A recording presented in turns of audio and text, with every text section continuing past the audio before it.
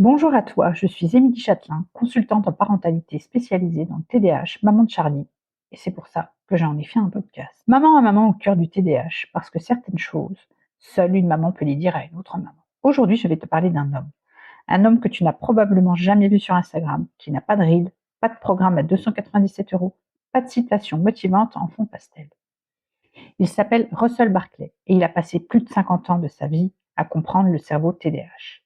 Ce qu'il a découvert a changé ce que les médecins, les psys, les éducateurs et les mamans comme toi et moi peuvent faire pour nos enfants.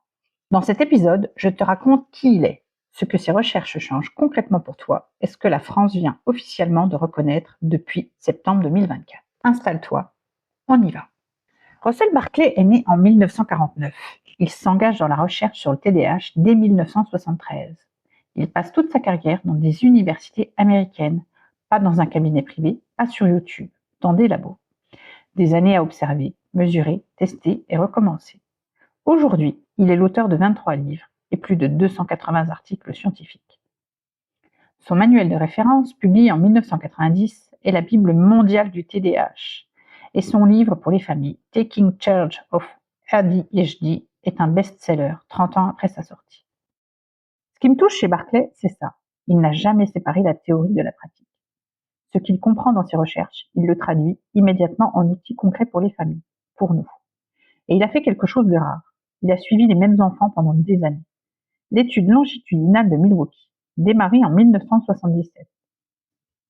158 enfants diagnostiqués TDAH suivis jusqu'à leurs 27 ans, pour voir comment leur vie évoluait vraiment. C'est grâce à ce travail qu'on sait aujourd'hui que le TDAH n'est pas une phase, que les impacts sont réels à l'âge adulte, et que le TDAH non pris en charge est associé à une réduction de près de 9 ans d'espérance de vie. 9 ans, ce n'est pas rien, et c'est ce qu'on fait quand l'enfant est jeune, ça compte énormément. La révélation numéro 1, le problème c'est pas l'attention. Pendant des années, on a dit que le TDAH c'était un problème d'attention. Un enfant distrait, un enfant qui s'ennuie, un enfant qui le fait exprès. Barkley a prouvé que c'est faux. Dans un article fondateur publié en 1997, il reformule tout. Le cœur du trouble n'est pas l'inattention, c'est un déficit de l'inhibition comportementale. Le cerveau TDAH a du mal à mettre sur pause ses réactions, ses impulsions, ses pensées avant d'agir. Ton enfant ne choisit pas d'exploser, son cerveau n'a pas appuyé sur pause à temps. Ce n'est pas de la mauvaise volonté, c'est de la neurologie. Et ça change tout, parce que crier, punir, répéter 20 fois, retirer les écrans, tout ça, ça ne touche pas la cause, ça aggrave juste la relation. Et nous, on le sait, on l'a vécu. Révélation numéro 2. Ton enfant ne voit pas le temps passer. Barkley a développé un concept que j'adore, parce qu'il explique tellement de conflits du quotidien. Il appelle ça la cécité temporelle. Les personnes TDAH ne perçoivent pas le temps comme les autres. Leur horloge interne est défaillante. Ce n'est pas de la mauvaise volonté si ton enfant est toujours en retard, s'il promet de ranger dans 5 minutes et que 45 minutes plus tard, rien n'a bougé. Son cerveau ne traite pas l'information temporelle de la même façon. Résultat, les rappels oraux ne fonctionnent quasiment pas. Ce qui fonctionne, c'est de rendre le temps visible. Des minuteurs, des repères visuels, des routines physiques. La révélation numéro 3. Ton enfant de 10 ans peut fonctionner comme un enfant de 7 ans. Barkley a documenté le lien entre le TDAH et les fonctions exécutives.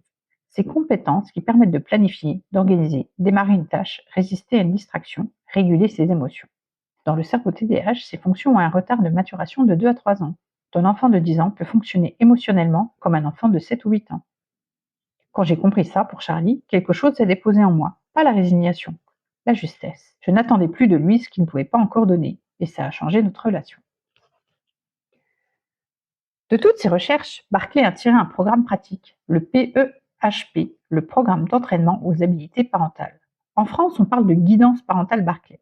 C'est la même chose. L'idée centrale, c'est si le cerveau TDAH ne peut pas changer sa structure neurologique, en revanche, l'environnement autour de l'enfant, lui, peut changer. Et c'est là que toi, en tant que parent, tu deviens le levier principal. Le programme se déroule sur 10 séances. Les devoirs, les crises, les demandes qu'il n'entend pas, les sorties qui foutent tout en l'air. Il y a une séance pour chacun de ces moments.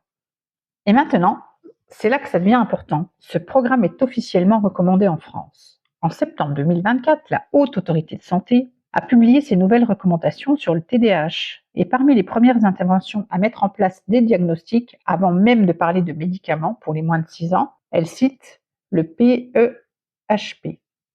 Dès que le diagnostic est posé, un programme d'entraînement aux habilités parentales doit être proposé en première intention. C'est écrit noir sur blanc. Si ton médecin ne t'en a pas parlé, ce n'est pas forcément de sa faute. La Haute Autorité de Santé elle-même reconnaît que ces programmes sont encore peu accessibles sur le territoire français. Le cadre officiel existe, les recommandations sont claires. Mais entre ce qui est écrit et ce qui est proposé aux familles, il y a un gouffre. Et c'est exactement ce gouffre-là que j'essaie de combler, chaque jour, avec ce podcast, avec mes accompagnements, avec tout ce que je construis autour de Charlie et pour toi. Voilà, tu sais maintenant qui est Russell Barclay, ce que ses recherches ont prouvé et ce que la France reconnaît officiellement depuis moins d'1 an. La prochaine fois que quelqu'un te dit que ton enfant manque de volonté, ou que tu es trop laxiste, ou que c'est une phase, tu as les mots pour répondre. Et surtout, tu as la vérité. Ce n'est pas de la mauvaise éducation, c'est neurologique. Si tu veux aller plus loin, si tu veux qu'on travaille ensemble sur la méthode Barclay, appliquée à ta vie réelle, chaque mois, je t'invite à rejoindre le Lab Charlie sur l'application Circle Mind. Le lien est dans les notes de l'épisode. Et si tu cherches d'abord une communauté pour échanger de maman à maman et pour y retrouver le podcast, tu peux rejoindre la communauté maman à maman également sur Circle Mind. Je te mets tout ça dans les notes de l'épisode. Merci d'être là, merci d'écouter, merci de te battre chaque jour pour ton enfant. Prends soin de toi.